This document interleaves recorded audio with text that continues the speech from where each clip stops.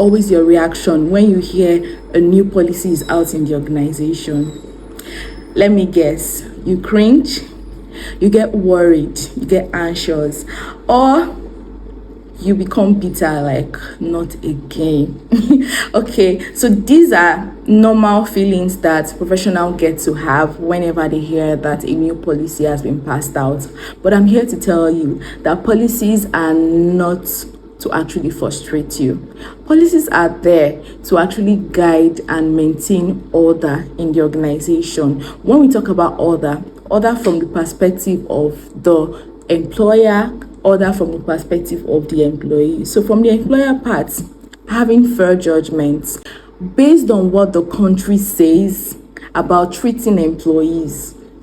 Every policy has to be relevant.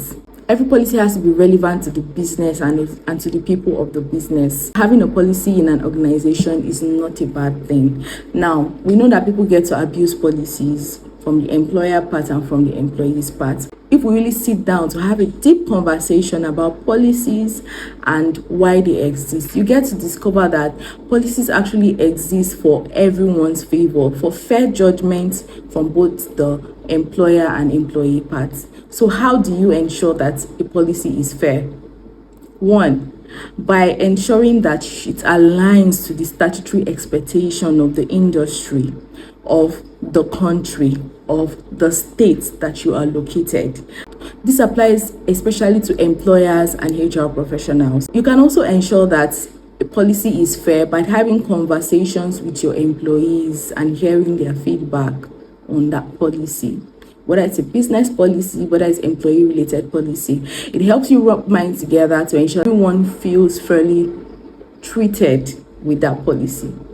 The third thing you can use to know if a policy is fair to both the employer and employee is the benefit to both parties.